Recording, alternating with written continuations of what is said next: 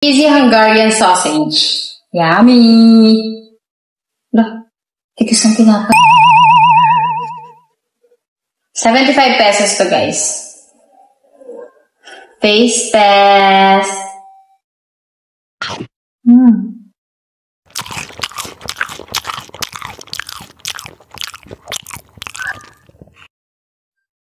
Yummy.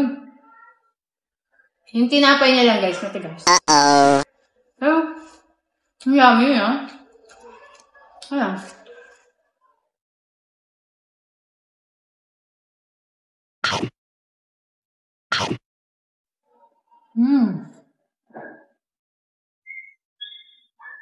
Yummy yung sausage. Tapos,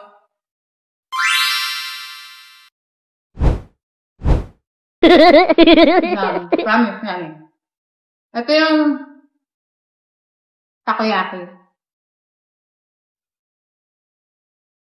Ito naman is 100 pesos. 98. Kasi 49 isa eh. 4 na piraso, 49 pesos. So, 98 to. Ayan. Takoyaki.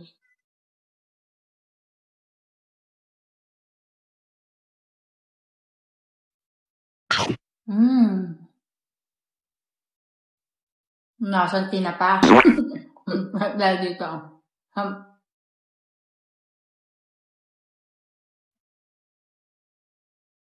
Sa price niya, guys, okay na talaga yung ganito.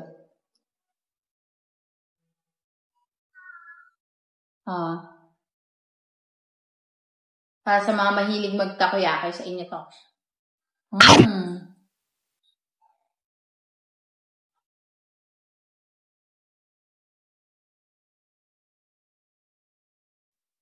So, itong merienda ko na to is 173 pesos.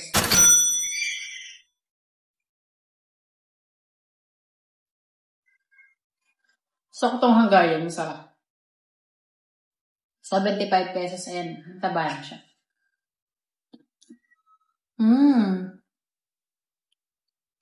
Yummy. Cheesy overload.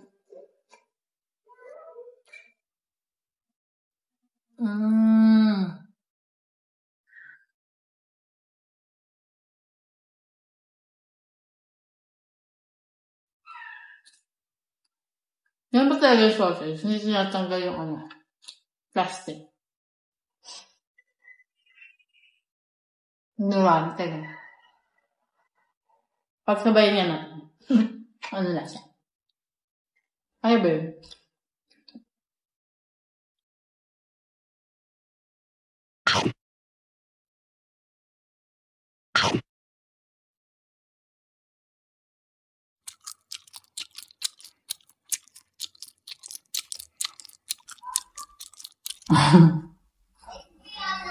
Mas nangingibabaw yung takoyaki. Kasi may sauce eh.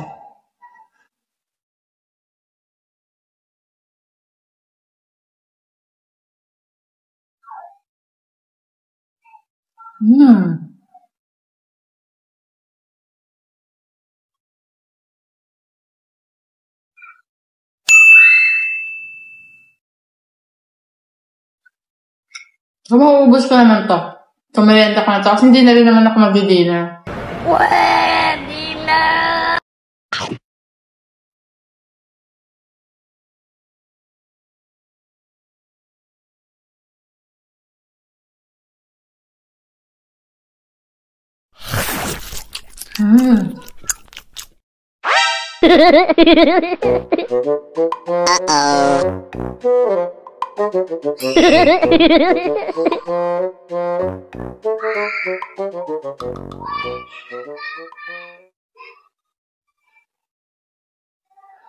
Nakain ko na yung buong sausage.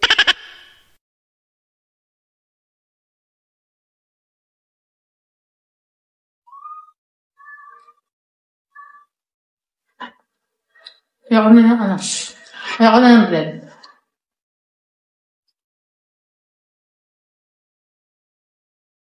Approve. Sausage nila. Hindi naman tayo sa takoyaki. 5 na lang to. Nakakaplo ko agad.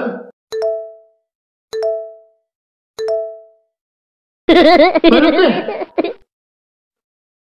Nasaan yung kutsara?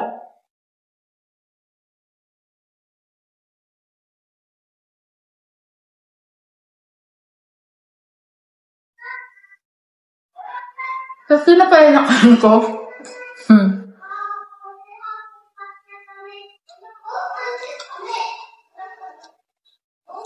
Pang-apat. Makakulang yung binigay nila, ha? What? Nakapito lang, ha? Joke. Joke ko, hindi.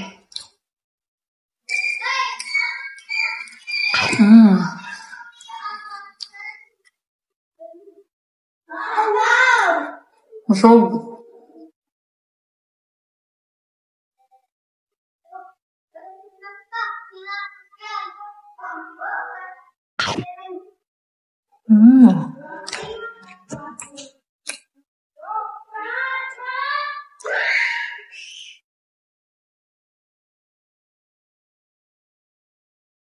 Kung wala kang pera masyado, no? Ano kayo merienda mo?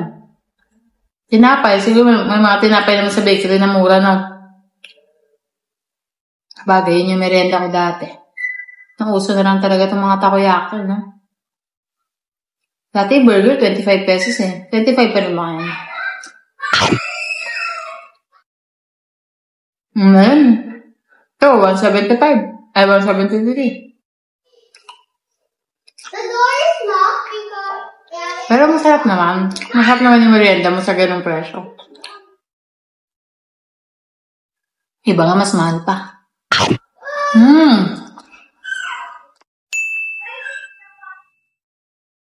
Nabusog talaga ako. Mabus ba?